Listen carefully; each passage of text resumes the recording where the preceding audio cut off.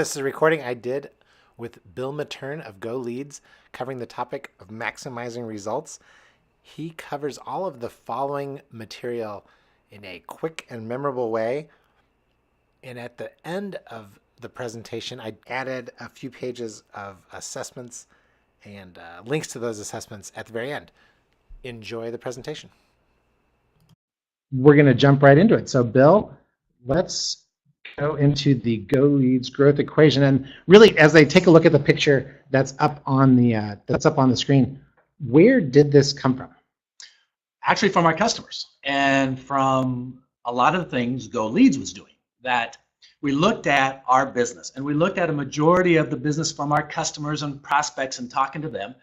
And everybody, we just kind of lived. This is the world not only GoLeads lives in, but we just felt like this is the world a lot of our customers and prospects live in this world of a lot of it more is on the outreach side, but also on the inbound. Customers come to us, and then we're leveraging. We're using analytics. We're using our customers for referrals. We're using our prospects, reconnecting with them.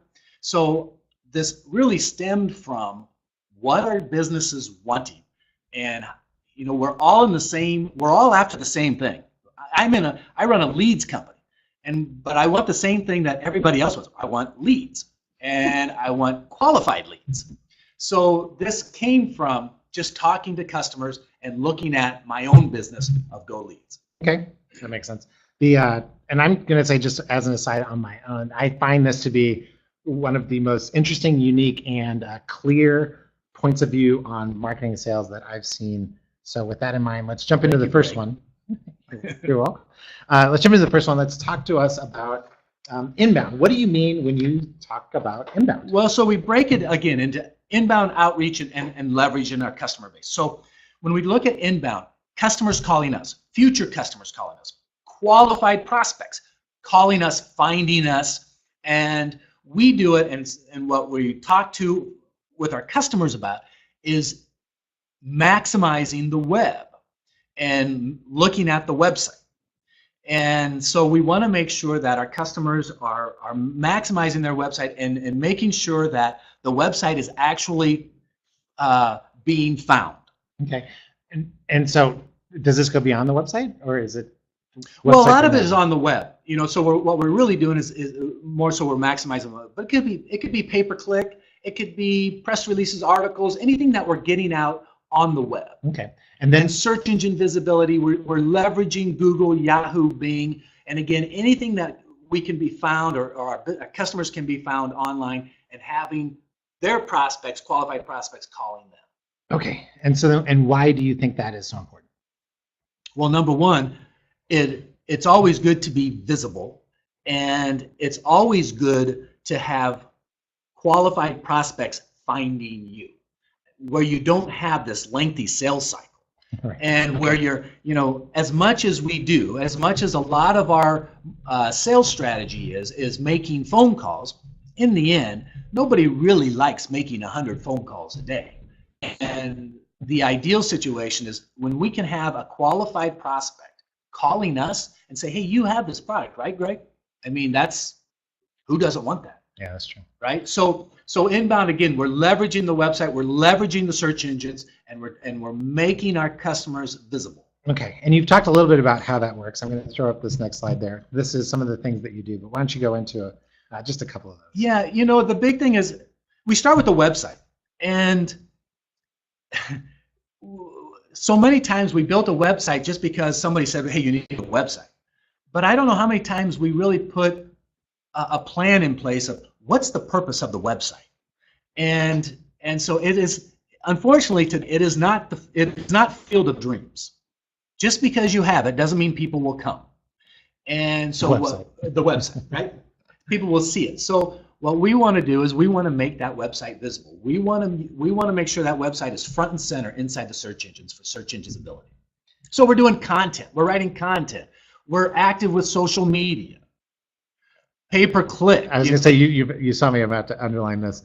This is a weird one for inbound. Why did you put this in inbound? Well, again, pay-per-click is, if you have the budget or you want to test it, it's a great way to get immediate results of people again, typing something into the search engine, into Google, and if you can outbid everybody and your ad shows up and it matches what they're typing in, then listen, that's a great way to get people to call you.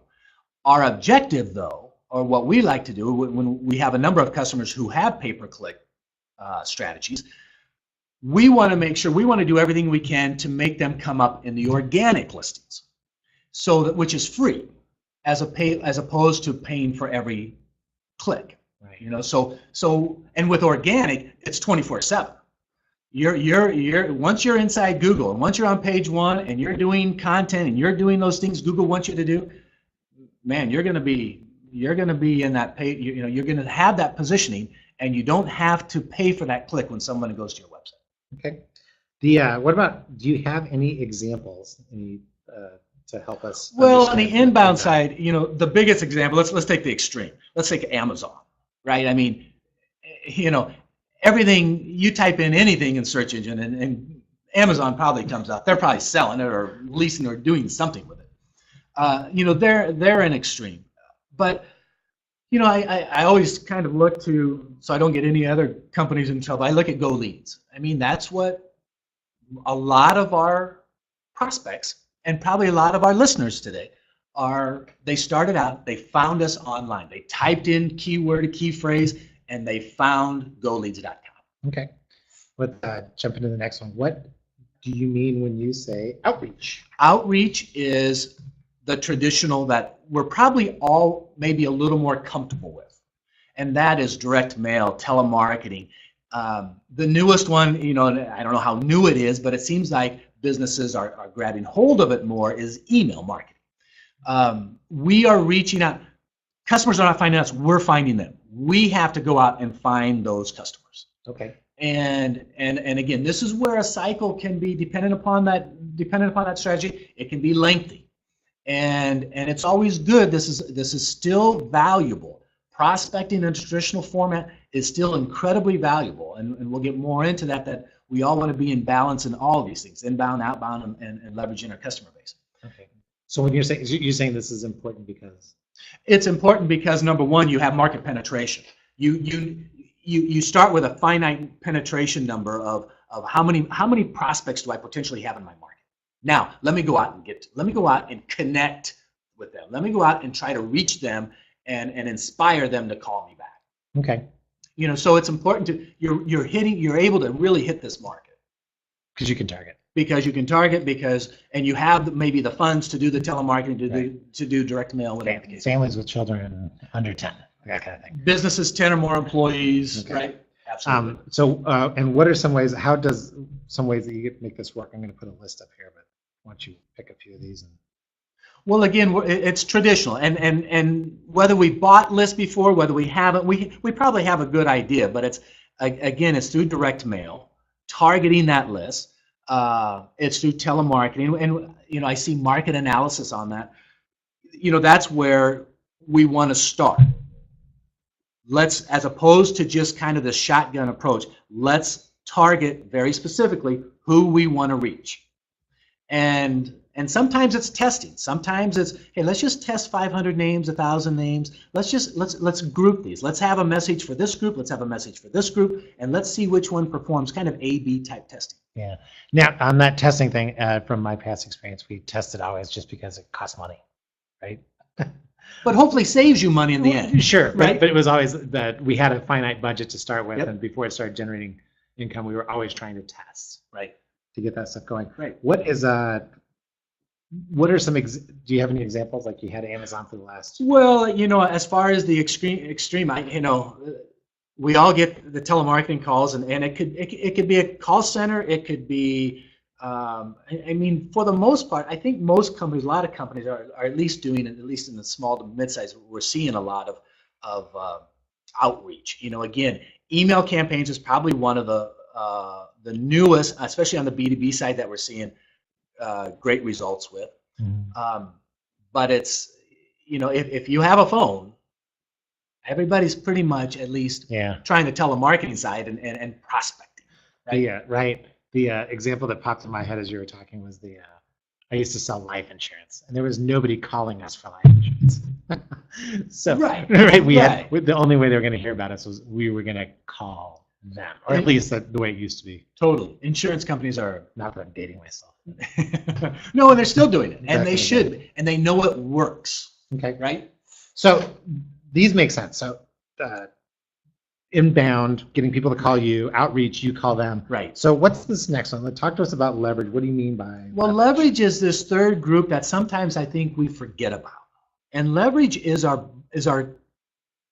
database of customers, those who have paid us and have bought our product, as well as our prospects, those who we've spoken with, but they never bought, maybe because of something going on their end, whatever the case may be. And then it's the analytics. It is taking all this information about these people and retargeting.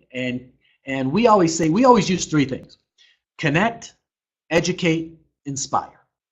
We want to make sure we're always connecting with these people we've had conversations with. We want to make sure we're not always selling to them, but rather we're providing them information, we're educating them. And then hopefully over time, they are inspired. Whether we inspire, whatever, and they act. When they are ready to act, that's when we want to be there. Okay. We want to be either in their head or we want to be physically present in front of them. And then why is this important? Well, number one, we've spent this money, and people who are either in the inbound or outbound world, which is, to live in those worlds, that's the cost of sales are high. In the leverage price, we've already spent this money to have this conversation. Mm-hmm. We've already spent this money to close. If you're a client, Greg, I've spent money to close you. Now it's how can I leverage you to, maybe it's referrals, maybe it's buying additional products, maybe it's a renewal. I already spent that money. I don't want to lose that. I've had this conversation. I don't want to lose that relationship. Okay. And again, something may happen in a month, something may happen in a year, even longer than that. We've certainly had, and certainly in our database, we have people who are still getting our emails. They have not paid us a dime, but that's okay. When they're ready, they're ready. Right. And again, when they are ready, we want to be there. And so newsletter, and we talked about that, but here's some examples of that. Is there anything you wanted to point out on this list? Well, again, we always go back to our three terms: connect, educate, inspire. And we always want to connect with them. We don't always want to be selling. And when you guys get our emails, though I bombarded you with this webinar, I realize. But hopefully our emails are educational as well and gives you something to learn about on the marketing and sales side and just market as a whole. But so we always want to make sure we're not just selling. And again, it's analytics. So we want to take your behavior. We want to take people who are on our site. We want to look at the behavior. What's the navigational patterns? Where do they jump off? Where do they land? It's looking at that information. It is, on the outbound side, on the outreach side. It's looking at what's the full market potential. How many customers do I have in this vertical? What's the total market of this vertical? What's my ROI? What's my penetration? It's looking at this. Am I profitable? Do I want to go after this market? Right. So it's taking this customer base. It's taking all this historical work that we do, and then bringing it in and looking at the analytics and where do I go from here, kind of a thing. Because it will help you in your outreach. It will help you on your website. So getting smarter. Very good. After all that, you said 2 words, and that's exactly what I chose. Nice. See? Very good. That's why I'm here. Now, do you have any examples on that? Well, we have a client, which started out as this, and they said, hey, let's look at our customers. They were a publishing company, and they had a magazine. And so we looked at their subscribers. Yep. And we took them in, we bumped them up against our databases and things like this, everything we had access to. And when we do a market analysis or a customer analysis and a prospect analysis, we want to accomplish 2 things. The first one is we want to confirm what you already know. We all have an idea of who we're targeting. We all have an idea who would buy our product. All right, so the first one's kind of boring, but it is kind of nice to know, okay, I'm on the right path. Right. We want to confirm what we already know. The second thing that we want to do and accomplish in an analysis, in a customer profile, is we hope, and usually there has been, I can't think of a time there hasn't been, we want a wow factor. And so getting back to the example, the wow factor, when we showed this publishing company, here are the recipients of this magazine, and here's what they look like. Well, their entire recipient file or subscriber file was, over the age of 55, 60 years old, something like that. And it just, oh my gosh, we're about to lose our entire, I mean, it was dramatic enough. She literally called a meeting on and say, we got to talk about this because our subscriber base is, there will come a time where they won't be worried. They won't need this publication. That was interesting. So they had been age was the big. They had done inbound and outbound to build this file, and without even knowing, they were also aging this file out. Well, and they knew their market was. They knew it in their head. They knew it in their head. We're kind of going after the the 50. They knew that market. But then when they saw it, they said, well, yeah, we're not filling any space. We're not filling it anywhere. And so all of a sudden, it shaped their strategy. Now, it didn't completely, revamp it, but all of a sudden now 20% of their budget or something like that was, hey, we got to go after that 35 to 45-year-old market kind of thing. Where again, it's just we've got to make sure that we're hitting this market. Okay, very good. Major League Baseball, right? They're losing this. Yeah. That would be an extreme. Anybody who can sit there. Exactly. They're losing traditionalists. Right. But I love Major League Baseball. That's right. Go Royals. Go Royals. Okay, that's good. So let's talk about this. What you've been describing is each of those pieces individually. Now let's talk about how they all work together. And specifically, the way you had described it to me was everything works better when it's together. The first thing that popped up there was, let's say that there's inbound and out. So I'm doing well in inbound. I feel like my outreach is good, but I haven't been doing many of the leveraging activities. Yeah. I guess what's wrong with that? Well, and you said it. You said it, in balance. What we're trying to do is play in all three areas because that's where we can, we use the word maximize. That may be a little strong, but I think at least we're maximizing the potential of our business.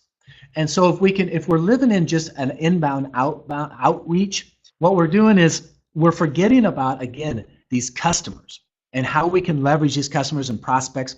And so our cost of sales can be high because what we're doing is we're spending money to receive that call and we're spending money to find those customers as well.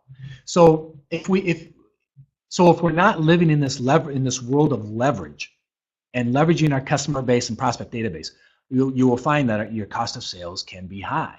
And you want to make sure leverage is always, I always kind of think the forgotten circle here, just because, we don't, when someone doesn't buy from us right away, what are our steps? Are we okay with that? And if we are, then how do we connect, educate, inspire over time? Okay. Let's take the next one. What about outreach and leverage? So number 2 there. Well, we're invisible, right? We're not helping ourselves by people. There is a huge market out there that wants your product, that needs your product, and if they can't find you, you're totally on an island that you have to go out and find that business. And with inbound, by adding inbound, all of a sudden you can be visible, and when someone needs your product, they will hopefully find you on the web. Right, like you said, it's a short sales cycle, and it's a much shorter sales cycle because now all of a sudden it's a qualified prospect. You don't have to. You're starting not at the top of the funnel, but you're starting in the middle, the bottom of the funnel here. Okay. How about, and then we got the last one, 3, inbound and leverage, but you're not doing active outreach. Here we are leveraging our customer base. We're getting calls. The problem with not outreaching, again, is probably more on the market penetration side. There's a huge market. We can't we can't, inbound won't bring everybody in. Leveraging our customer days won't bring everybody. There's still plenty of prospects to go after, to target, and that's what we need to do on the outreach side. And then secondly, it looks like, not in control. The thing about why I say not in control as well is we don't really know on the inbound side, especially, who's going to be calling. It's totally, yes, by, not only just by chance, it's not that dramatic, but we never really know the quantity, unless we have some historical, but even then, if you live in a world of paranoia, you never know if you're still going, your average 30 phone calls inbound or 5 or 10, are you going to get that every day? Right. You're not really in control of the market. It's more passive. Seasonal retail or something like that. Yeah. Where you're just waiting. You're just waiting and twiddling your thumbs sometimes. Hopefully it's not that bad. So outreach is a great opportunity. Okay, I got to go find customers. I got to go talk to people. Okay. Right. Good stuff. So, and then obviously, man, when you're living in all three circles, when you're living in, and again, we say, maximizing results. Again, think of that as, okay, what can I maximize here? And just to be honest, we struggle with this. I feel like sometimes we're in this, even losing a couple people or, resignations, whatever the case may be, sometimes we're out of balance. But I always think of this graphic. I always think, okay, what's our strategy on the inbound side? What's our strategy on the outreach side? How are we leveraging customers? Well, and that's why this is a good time to jump into the case study, because when I brought up, can you run through a case study of trying to be in balance? You did come up with GoLeads. So why don't you? Well, when we kind of tell a little bit about your story through this. Started 16, 17 years ago, and the whole idea of thinking, okay, this is going to start on the outreach. We got to go. No one knows us, so we've got to go out and we've got to be known, and let's go start talking to customers. Let's go start talking to, not customers, but let's go start talking to businesses of what we're doing and how we differ and telling our story. And what was interesting, we created a website. We did these things for inbound, not really planning on thinking that we're going to get a lot of inbound, but lo and behold, that's exactly what happened. We gravitated more towards the inbound just because we had great penetration on the web through Google, through certain keywords, through phrases, and we started getting more phone calls coming in, and talk about, again, imbalance. We shifted focus a little bit inbound, so we had to grow the outreach side. But again, it's always a challenge to be in balance of working in all three areas. But it's something that we have to assess on a regular basis of how we doing on the outreach side. Are we going after those prospects we're not currently doing business with, or that we haven't had a conversation with? So since you've kind of worked through this infographic thing, right, whatever you want to call it, did you feel like things have gotten better? Absolutely. The fact that it's always in my head, and now it's always in the heads of my employees. And what we're trying to do, it is set our marketing and sales strategy of again, I can look at inbound. I don't have all my eggs in basket. I don't have, I'm not just, not everything is reliant upon our outreach program. We always have inbound calls coming in. I always have a group reaching out to people. And I'm hitting as much as I possibly, am I hitting everything? Absolutely not. Can I do more on the leverage side? Absolutely. But I feel like at least I'm always looking at how can I maximize my resources? Right. And how can I maximize my infrastructure? I don't have an Amazon budget. But I feel like I can maximize my dollar of where I can put the dollars best and put, find customers. You had mentioned in a previous conversation that it made you less afraid to make investments. Well, what's great about it is it's helped me look at, especially in the leverage world, it has helped me look at, okay, what do I want from my customers? What do I want from prospects? What do I want from each and every group?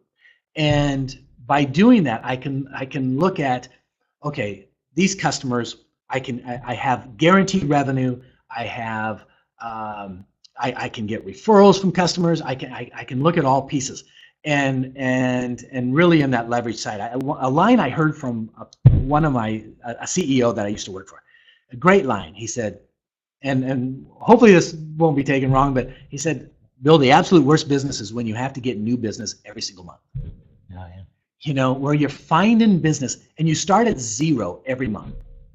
And that's what we have tried to stay away from, where every month I know I have some guaranteed revenue, but at the same time, I know people are looking for my leads, or people are looking for what I do and how I can help them. Yeah. And at the same time, and then I'm reaching out to other people. So I don't have everything in one basket. Okay. Good stuff. Thank you for sharing.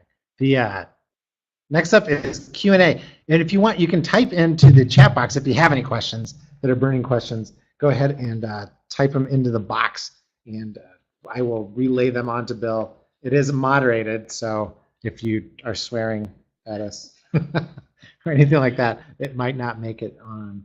But I've got questions that I came up with. One of the things that you'd thrown out there was that it helps create better customers.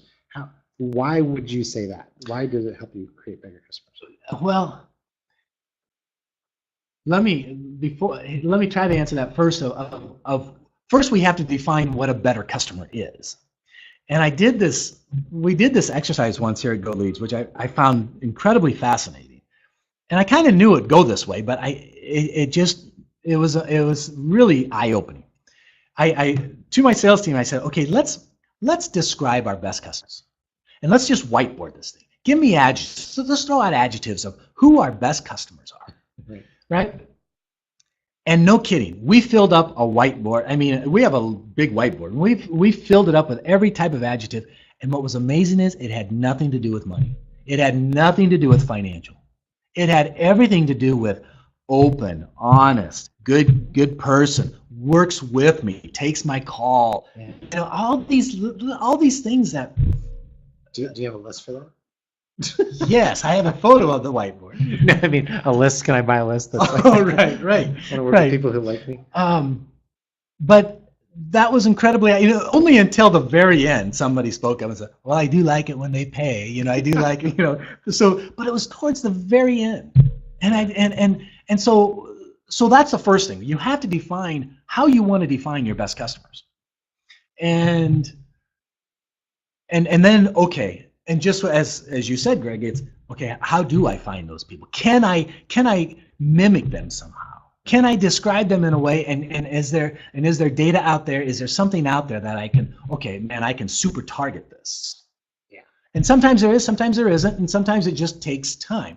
And it's the Jack Welch too. Sometimes it's not only employees but also sometimes customers. You have to let some customers go, just because it's maybe your margin's high, maybe your margin's low, maybe it's just. Gosh, this relationship just isn't worth it. You know, I mean, but it really was eye-opening for all of us in that exercise of, yeah, this is what we kind of want out of a customer, out of a relationship. Right. Right. Yeah, it's good stuff. And then this is the point where I wanted to introduce you to the assessments that Bill introduced us to, and in those, Bill suggests that we take this self-assessment, use this on your company, and do it in 2 steps. The first step is to take a look at where you are today and rank yourself on a scale, inbound, outreach, and leverage, as to where you think you are. 1 being not so great, 5 being, I don't know how we can be any better.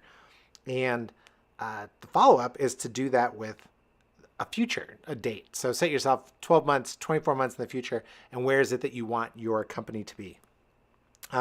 After that, Bill introduced us to the GoLeads Growth Score, which you'll see a link at the bottom of the page, and actually it's clickable from this YouTube video.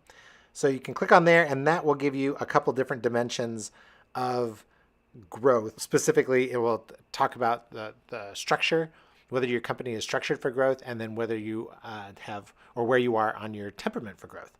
And that's the presentation that Bill gave us on maximizing results. If you have any questions, his contact information is there on the screen. Feel free to give him a call or send an email to that email address.